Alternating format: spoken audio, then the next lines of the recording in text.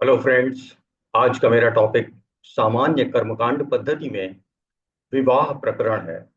और उस विवाह प्रकरण में विवाह के प्रकार और उनका वर्णन। जैसा कि इस चित्र में आप देख सकते हैं, 8 तरह की होती हैं शादियां। 4 उसमें उच्च हैं, मतलब ऐसी जिनको माना जा सकता है, किया जा सकता है। और 4 बहुत ही निम्न कोटि की होती हैं, उनको नहीं करना चाहिए। ब्रह्म विवाह, देव विवाह, आर्ष विवाह, प्रजापत्य, ये 4 तो उच्च में आते हैं।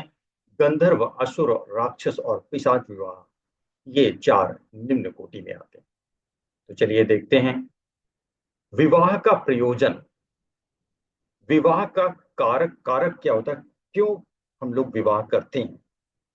तो विवाह दो आत्माओं का पवित्र बंधन है। दो प्राणी अपने अलग अलग अस्तित्वों को समाप्त कर एक सम्मिलित इकाई का निर्माण करते हैं। स्त्री और पुरुष दोनों में परमात्मा ने कुछ विशेषताएं और कुछ अपूर्णताएं दे रखी हैं। विवाह सम्मिलन से एक दूसरे की अपूर्णताओं को अपनी विशेषताओं से पूर्ण करते हैं। इससे समग्र व्यक्तित्व का निर्माण होता है।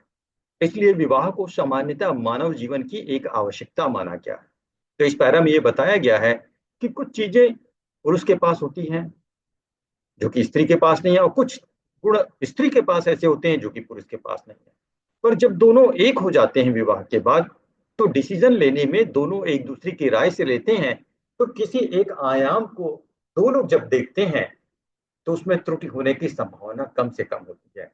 इसीलिए स्त्री और पुरुष दोनों के द्वारा लिया गया डिसीजन ज्यादातर सफल होता है। तो विवाह का एक प्रयोजन तो ये हुआ। दूसरा, एक दूसरे को अपनी योग्यताओं और भावनाओं का लाभ पहुंचाते हुए गाड़ी में लगे हुए दो पहियों की तरह प्रगति पथ पर अग्रसर होते हुए जाना विवाह का उद्देश्य है। वासना का दाम्पत्य जीवन में अत्यंत तुच्छ और गौण स्थान है। प्रधानतः दो आत्माओं के मिलने से उत्पन्न होने वाली उस महती शक्ति का निर्माण करना है, जो दोनों के लौकिक एवं आध्यात्मिक विकास, जीवन के विकास में सहायक। तो ये गाड़ी में लगे हुए दो पहिए हैं, अगर एक भी पहिया खराब होगा तो गाड़ी नहीं चलेगी, बल्कि वहीं पे चक्कर लगाती रहेगी। इसलिए दोनों जब अपना अपना समर्थन देते हैं, तो वो गाड़ी विकास के रास्ते पर आगे चल निकलती है। वासना का दाम्पत्य जीवन में बहुत ही छोटा स्थान है। वासना का सच बताए तो कोई स्थान नहीं है, क्योंकि दाम्पत्य जीवन में ऐसी इच्छा बिल्कुल भी नहीं होती है कि ये काम अभी कर लिया जाए, बाद में मिलेगा कि नहीं मिलेगा, ऐसा नहीं सोच के, बल्कि वो तो हमेशा अवेलेबल है। तो फिर उसके आगे क्या हम सोचते हैं, संतान के बारे में सोचते हैं, अपने फल के बारे में सोचते हैं, और उसके अच्छे संस्कारों के बारे में सोचते हैं। इसलिए समाज के विकास के लिए, क्योंकि समाज का विकास तभी होगा ना, आप किसी के संतान थे, अब आप आगे समाज को विकास आगे बढ़ाने के लिए अपनी संतान पैदा करेंगे, वो उसके आगे ले जाएंगे, और इस तरह से ये समाज यहाँ तक पहुंचा है। तो प्रधानतः दो आत्माओं के मिलने से उत्पन्न होने वाली उस महती शक्ति का निर्माण करना। तो शक्ति क्या है, दोनों के मिलने से एक शक्ति बनती है, और उस शक्ति से समाज का विकास होता है, आपके घर का विकास होता है, बच्चों का विकास होता है, जो दोनों के लौकिक एवं आध्यात्मिक जीवन के विकास में सहायक होते हैं। तो ये विकास दोनों फील्ड में होता है, लौकिक जो लोगों को नजर आ रहा है, और आध्यात्मिक शिक्षा के रूप में भी आपको मिलता है, समाज को सीखने को मिलता है। अब विवाह के प्रकार, जो कि इस टॉपिक का मेन मुद्दा है, विवाह के प्रकार। हिंदू धर्म में विवाह को 7 जन्मों का बंधन माना गया है, जिसमें से दो आत्माओं का मिलन होना है। विवाह को 16 संस्कारों में से 15वां संस्कार बताया गया है, जिसमें एक व्यक्ति अपने ब्रह्मचर्य जीवन से गृहस्थ जीवन में प्रवेश करता है। इसके साथ ही मनुस्मृति में विवाह के प्रकार के अनुसार उनको 8 भागों में विभाजित किया गया है। इन्हीं के आधार पर विवाह करने की परंपरा रही है। विवाह के निम्नलिखित 8 प्रकार हैं: ब्रह्म, दैव, आर्ष, प्रजापत्य, असुर, गंधर्व, राक्षस और पिशाच। उक्त 8 विवाह में से ब्रह्म विवाह को ही मान्यता दी गई है, सर्वमान्य है। बाकी विवाह को धर्म के सम्मत नहीं माना गया है। हालांकि इसमें देव विवाह को भी प्राचीन काल में मान्यता प्राप्त थी। प्रजापत्य, असुर, गंधर्व, राक्षस और पिशाच विवाह को बेहद अशुभ माना जाता है। तो आप समझ लीजिए, समाज ने सिर्फ ब्रह्म विवाह को ही अपनी मान्यता दे रखी है, बाकी के सात को नहीं दी है। प्राचीन समय में ब्रह्म के साथ दैव को भी मान्यता थी, बाकी के छह को मान्यता नहीं थी। पर मान्यता ना होने के बावजूद भी बाकी के छह में से देवताओं ने भी विवाह किए हैं, उनमें से बहुत तरीके से। और आज की डेट में तो उनका बहुत ज्यादा लोग उपयोग कर रहे हैं, और ऐसे विवाहों की संख्या बढ़ गई है जो हम अशुभ मानते हैं। हिंदू विवाह भोग लिप्सा का साधन नहीं, बल्कि एक धार्मिक संस्कार है। संस्कार से अंतः शुद्धि होती है, और शुद्ध अंतःकरण में ही दाम्पत्य जीवन सुखमय व्यतीत हो पाता है। 16 संस्कारों में ब्रह्म विवाह को ही शामिल किया गया है। अब हम लोग एक एक करके सभी विवाह पढ़ेंगे। तो सबसे पहले ब्रह्म विवाह। विवाह के प्रकार में ब्रह्म विवाह को सर्वश्रेष्ठ विवाह माना गया है, जिसमें दो परिवारों का मिलन होता है। ब्रह्म विवाह की सबसे बड़ी विशेषता कन्यादान मानी जाती है। ब्रह्म विवाह के लिए वर तथा वधू दोनों का ब्रह्मचर्य आश्रम से गृहस्थ आश्रम में आना आवश्यक होता है, अर्थात उनकी आयु 25 वर्ष से अधिक होनी चाहिए। ब्रह्म विवाह होने के लिए दोनों का एक वर्ण का होना आवश्यक है। इसमें सर्वप्रथम वर के परिवार वाले रिश्ता लेकर वधु के घर जाते हैं तथा विवाह का प्रस्ताव रखते हैं। जब वधु के परिवार से सहमति मिल जाती है तो रिश्ता पक्का माना जाता है। इसके पश्चात पूरे विधि विधान से तथा वैदिक मंत्रों के साथ विवाह करवाया जाता है, जिसमें वधु के पिता के द्वारा कन्यादान कर दिया जाता है। कन्यादान के पश्चात वह स्त्री अब वर पक्ष की मान ली जाती है तथा उसे अब वहीं रहकर अपने जीवन के कर्तव्य पूर्ण करने। तो भाई आप ब्रह्म विवाह से जान गए कि ये रीति रिवाज जो होता है। सबसे बड़ी बात, ये दोनों वर पक्ष और वधु पक्ष की सहमति से होता है। माता पिता की सहमति के बाद पूरे विधि विधान से मंत्रोच्चारण के साथ, और जब मंत्रोच्चारण कर रहे होते हैं तो हम वहां पर ईश्वर की उपस्थिति मानते हैं, और उनकी उपस्थिति में ये संबंध कायम होता है, माना जाता है। तो इसमें सभी अपने बड़े लोगों का सम्मान मिलता है, उनका आशीर्वाद मिलता है, और इसीलिए ब्रह्म विवाह समाज में इसी की मान्यता है।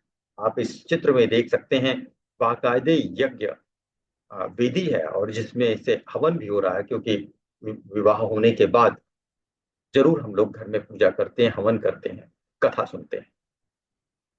और यहाँ पे भी देख सकते हैं इस फोटो में कि बाकायदे जो तरीका होता है, पूजने की जो वस्तुएं होती हैं उनको हाथ में लेके और वचन दिए जाते हैं।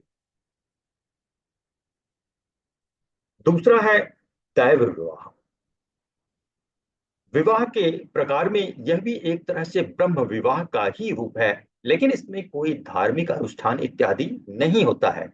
यह तब किया जाता है जब कोई व्यक्ति अपनी कन्या का विवाह करने में अक्षम होता है तथा उसके पास इतना धन नहीं होता है कि कन्या का विवाह एक निश्चित आयु सीमा के भीतर कर पा रहा हो, या उसके लिए कोई उचित वर न मिल पा रहा हो, कोशिश करने पे ढूंढने पर भी नहीं मिल पा रहा हो। तो उस स्थिति में वह अपनी कन्या का विवाह किसी सिद्ध पुरुष या ज्ञानी व्यक्ति से करवा देते हैं, अर्थात वह धार्मिक अनुष्ठान इत्यादि में अपनी कन्या का दान कर देते हैं। इसे ही दैव विवाह की संज्ञा दी गई है। धार्मिक अनुष्ठान में कन्या का दान कर देना। पाश्चात्य देशों में तो इसी को नन बनना कहते हैं। लोग अपनी कन्याओं को अ, जो वहाँ के गिरजाघर होते हैं, या जहाँ पे क्रिसमस मनाते हैं, तो वहां पे दान दे दिया जाता है, वो नन बन जाती हैं वहां पे। ऐसा हिंदुओं में दूसरे तरीके से होता है, उसी को हम दैव विवाह कहते हैं। यहाँ पे भी कन्या का दान कर दिया जाता है, किसी सिद्ध पुरुष या ज्ञानी व्यक्ति से उसका विवाह करा दिया जाता है। इसी को ही दैव विवाह की संज्ञा दी गई है। यद्यपि धर्म शास्त्रों में दैव विवाह को जहां तक हो सके ना करने को कहा गया है, लेकिन स्थिति के अनुसार इसका करना उचित समझा जाता है। भाई अगर कोई व्यक्ति शादी नहीं कर पा रहा है अपनी कन्या का और समय निकला जा रहा है, बात यहाँ पे धन की ही नहीं है। बात हो सकता है कि वो धन दे भी रहा हो पर फिर भी वर नहीं मिल पा रहा है, तो एक आयु के बाद विवाह तो उसका मतलब ही खत्म हो जाता है। इसीलिए उस समय के बीच में ही किसी सिद्ध पुरुष या ज्ञानी व्यक्ति से आप धार्मिक अनुष्ठान अनुष्ठान के जरिए उसको दान देते हैं, कन्यादान कर दिया जाता है। तो आप देख सकते हैं यहाँ दैव विवाह में किसी ज्ञानी सिद्ध व्यक्ति से आप कन्या का विवाह कर देते हैं, उसे को हम दैव विवाह कहते हैं। अगला जो तरीका है तीसरे नंबर का, वो है आर्ष विवाह। आर्ष विवाह में क्या होता है? विवाह के प्रकार में यह सामान्यतः वह विवाह होता है जिसमें वर पक्ष के लोग कन्या पक्ष से विवाह के बदले में उन्हें गाय तथा बैल देते हैं। इसमें किसी प्रकार के धन का आदान प्रदान नहीं होता है, इसलिए इसे गोदान विवाह भी कहा जाता है। आर्ष का मतलब गोदान। यह मुख्यतः आदिवासी या निर्धन परिवारों की सहायता करने के उद्देश्य से भी किया जाता है। इस विवाह के द्वारा वर पक्ष कन्या पक्ष को कन्या के शुल्क के रूप में गाय का दान करते हैं। तो आर्ष विवाह भी एक तरीका है जो कि आज भी आदिवासियों और ट्राइब्स के लोगों में प्रचलित है, जहां पे वर पक्ष के लोग कन्या पक्ष के लोगों को कन्या के बदले में गाय का दान दे देते हैं। उनकी एक आर्थिक सहायता हो जाती है गाय के रूप में। मतलब ऐसे जानवर देते हैं जो उनकी आर्थिक सहायता कर सके। और गौदान तो सबसे अच्छा माना जाता है। तो कन्या के माता पिता कन्या का दान करते हैं और वर पक्ष वाले गौदान कर देते हैं, और इस तरह से आदान प्रदान हो जाता है। ये भी एक अच्छा तरीका है, शुभ तरीका है विवाह का, आर्ष विवाह। इस चित्र में आप देख सकते हैं कन्या का दान एक तरफ हो रहा है यहाँ पे हवन के जरिए, दूसरी तरफ गाय भी खड़ी हुई है सजा के, उसी तरह से उसका भी दान होगा। गाय मिलेगी वर पक्ष को, कन्या मिलेगी सॉरी कन्या मिलेगी वर पक्ष को और गाय मिलेगी वधु पक्ष को। चौथा जो तरीका है प्रजापत्य विवाह। विवाह के प्रकार में प्रजापत्य विवाह में वधु के माता पिता विवाह के लिए उसकी सहमति नहीं लेते हैं तथा छोटी आयु में ही उसका विवाह संपन्न करवा देते हैं। इसमें कन्या का पिता अपनी पुत्री को वर को सौंपने की बजाय उसके पिता को सौंपता है, इसलिए विवाह के पश्चात वह अपने ससुराल चली जाती है। चूंकि वह अभी छोटे ही होते हैं तो वधु को घर में कन्या के तौर पर ही रखा जाता है तथा गृहस्थ जीवन शुरू होने पर उन्हें एक साथ रहने की अनुमति मिल जाती है। यह ब्रह्म विवाह का ही एक स्वरूप होता है, बस इसमें विवाह पहले करवा दिया जाता है। यह एक बाल विवाह है जो कि अब कानूनी रूप से असंवैधानिक है। तो आप देख सकते हैं चित्र में छोटे बच्चों का जो गुड्डे गुड़िया खेलने के समय में उनका विवाह करा देना प्रजापत्य या बाल विवाह है। आज की डेट में यह असंवैधानिक है। क्यों?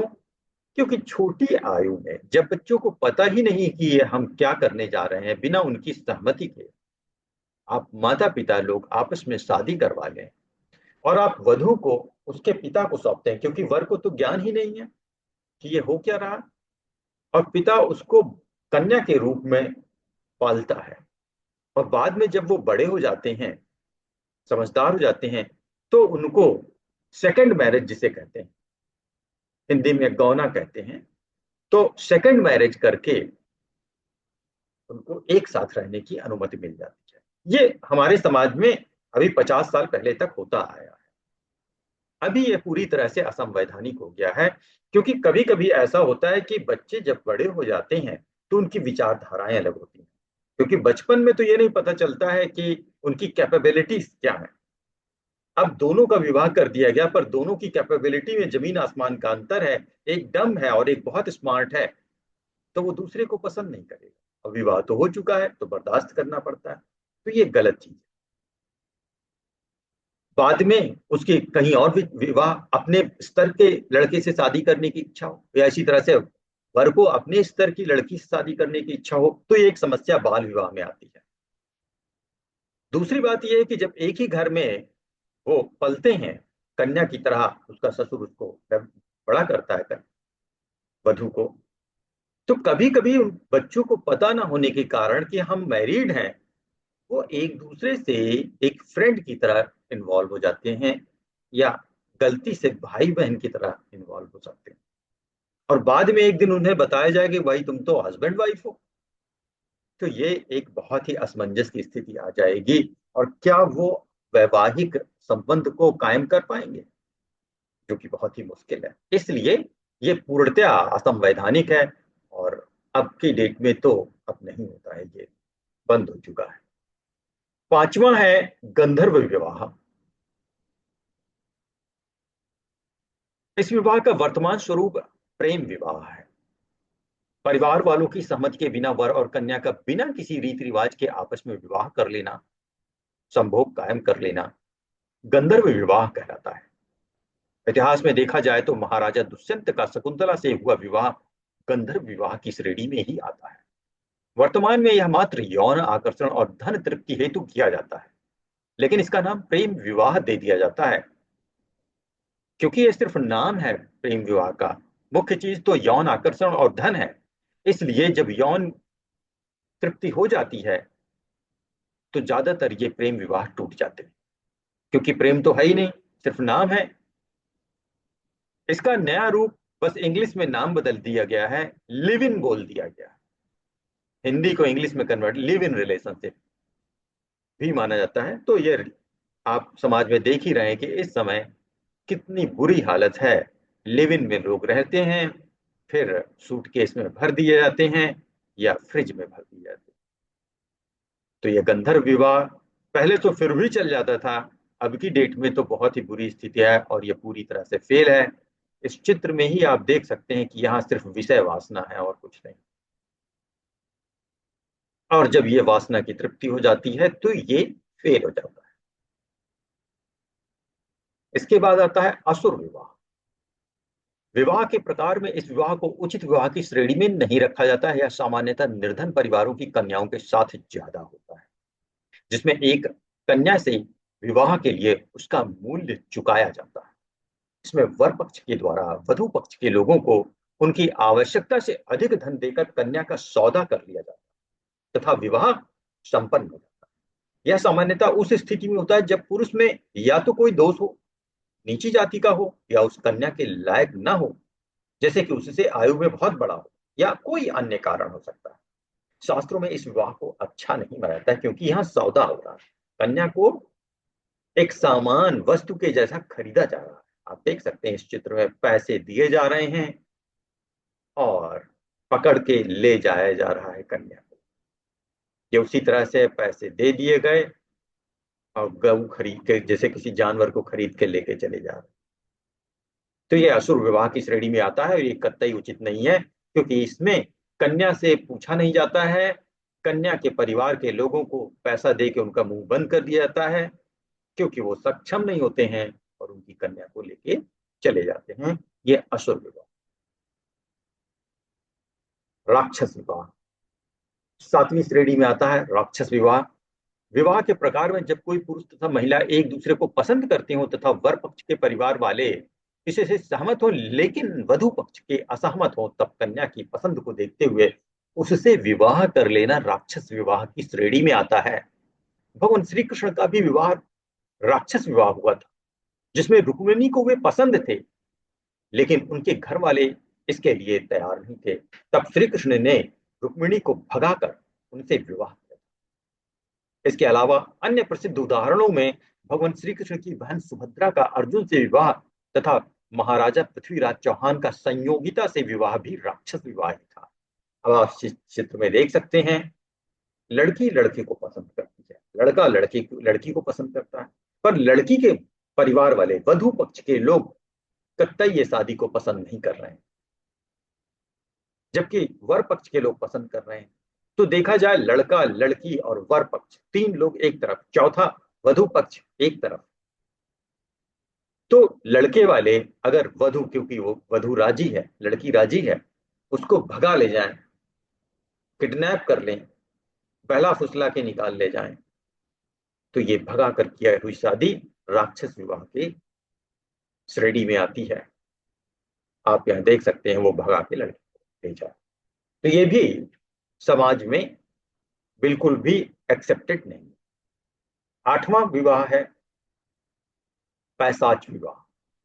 विवाह के प्रकार में इस विवाह को सबसे अधिक अनुचित विवाह की श्रेणी में रखा गया है।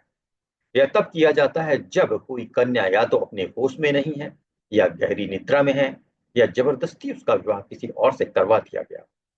उस विवाह को पैशाच विवाह की श्रेणी में रखा गया है। यह विवाह अनुचित विवाह ही होता है, क्योंकि जिसमें एक कन्या की सहमति के बिना किसी पराई पुरुष से उसका विवाह जबरदस्ती करवा दिया जाता है। तब तथा जब उसे होश आता है तब उसे अपने विवाहित होने का पता चलता है। तो ये सबसे निकृष्ट क्वालिटी का है। इसमें कन्या को जबरदस्ती विवाह किया जाता है। कन्या को पता ही नहीं, क्यों, या तो गहरी निद्रा में है या उसका हरण कर लिया गया है। तो जबरदस्ती विवाह करना पैशाच विवाह की श्रेणी में आ सकता है। तो आप देख सकते हैं यहाँ पे इस चित्र में, ये जबरदस्ती कन्या को, कन्या का मन नहीं है, उसके बॉडी लैंग्वेज, उसके चेहरे से पता चल रहा है, और उसको अपनी ताकत बलपूर्वक जबरदस्ती ले जाना और विवाह करना पैशाच विवाह कहलाता है। तो मित्रों, आज का मेरा टॉपिक विवाह प्रकरण पे था। विवाह के कितने प्रकार हैं और उनका वर्णन क्या है। तो आज मेरा ये टॉपिक कंप्लीट हुआ 8 विवाहों के प्रकार के बाद। मित्रों, अगर चैनल पसंद आया हो तो लाइक करें, सब्सक्राइब करें। धन्यवाद।